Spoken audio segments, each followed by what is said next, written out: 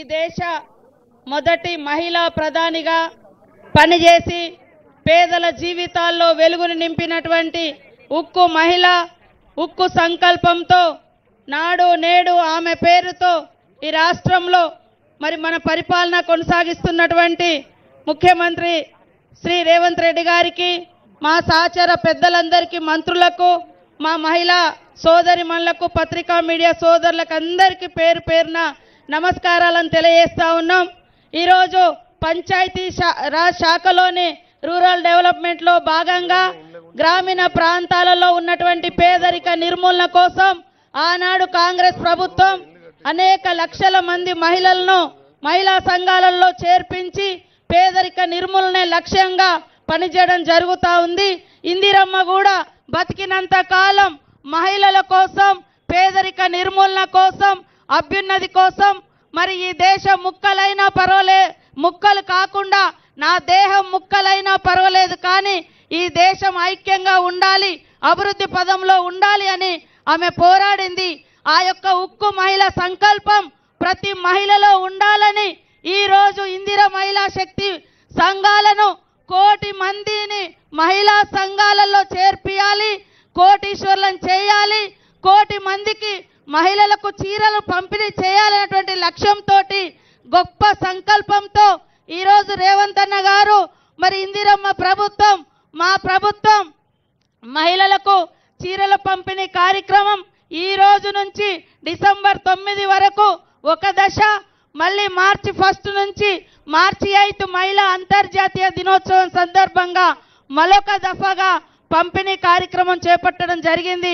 ఇక్కడికి వచ్చిన మా మహిళలందరికీ ఒకటే విజ్ఞప్తి, మన ముఖ్యమంత్రి గారి యొక్క సంకల్పం 1 కోటి మంది మహిళలు కోటీశ్వర్లను చేయాలి. ఈ రోజు అదే సంకల్పంతో యూనిఫామ్ లాగానే ఎక్కడికి వెళ్ళినా ఈ మహిళ ఈ యొక్క యూనిఫామ్ ధరిస్తే ఈ చీర ద్వారా వీళ్ళు మహిళా సంఘాలలో సభ్యులు, రేపు వచ్చే వాళ్ళకు కూడా ఈరోజు సంఘాలలో చేర్చుటకు మరి వారికి కూడా అవకాశం కల్పిస్తా ఉన్నాం. కాబట్టి ఆ తల్లి పేదరిక నిర్మూలన కోసం పనిచేసింది, పేదరికం ఉండొద్దని ఇందిరమ్మ. ఈ రోజు కూడా మన ప్రభుత్వం పేదలను అభివృద్ధి పదంలోకి తీసుకురావాలని అనేక సంక్షేమ కార్యక్రమాలను ఇందిరమ్మ పాలనలో రేవంత్ రెడ్డి గారి ప్రభుత్వం, మన ప్రభుత్వం కొనసాగిస్తుంది. దానిలో భాగంగానే దాదాపుగా 27,000 కోట్లకు పైగా 27,000 కోట్లకు పైగా మహిళా సంఘాలందరికీ కూడా వడ్డీ లేని రుణాలు ఇవ్వడం జరిగింది. ఇవాళ వడ్డీ లేని రుణాలలో 99.9% రీపేమెంట్ చేస్తూ ఉన్నారు.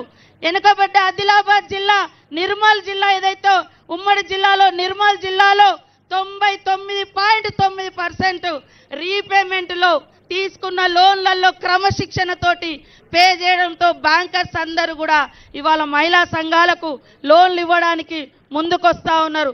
దానికి కారణం మరి ఒక సంకల్పం పెట్టుకున్నటువంటి ముఖ్యమంత్రి గారు మహిళలను కోటీశ్వర్లను చేయాలని పెట్టుకోవడం జరిగింది. దానితోటి వీళ్ళ వెనుక గవర్నమెంట్ ఉంది, ప్రభుత్వం ఉంది, ముఖ్యమంత్రి గారు ఉన్నారు. కాబట్టి బ్యాంకర్స్ కూడా మనకి ఇవ్వడానికి ముందుకొస్తా ఉన్నారు. ఖచ్చితంగా ఈరోజు ఇచ్చేటువంటి చీరల పంపిణీ ఆడవాళ్ళ డిగ్నిటీ మరి వాళ్ళ యొక్క గౌరవాన్ని పెంచడం కోసం ఎక్కడ చూసినా ఈ చీరలో కనబడితే ఇది ప్రభుత్వం, మహిళలు, ప్రభుత్వంలో ఉన్నటువంటి మహిళలు అనే విధంగా ఇక్కడ ఆశా వర్కర్లకు యూనిఫామ్ ఉంది, అంగన్వాడీ వర్కర్లకు యూనిఫామ్ ఉంది, లేదా ఇంకా రకరకాల డిపార్ట్మెంట్స్ వారికి యూనిఫామ్ ఉంది, మన మహిళలకు లేదు. కాబట్టి సీఎం గారు గవర్నమెంట్ రాగానే మహిళలందరికీ చీరలు ఇవ్వాలని లక్ష్యం పెట్టుకున్నాడు. గతంలో 60 ఏజ్ దాటితే మరి మహిళా సంఘాలలో అవకాశం లేకుంటుండే, అది కూడా తీసేసి 60 ఏళ్ళు దాటిన వాళ్ళకు కూడా మహిళా సంఘాలలో అవకాశం ఇస్తున్నాం.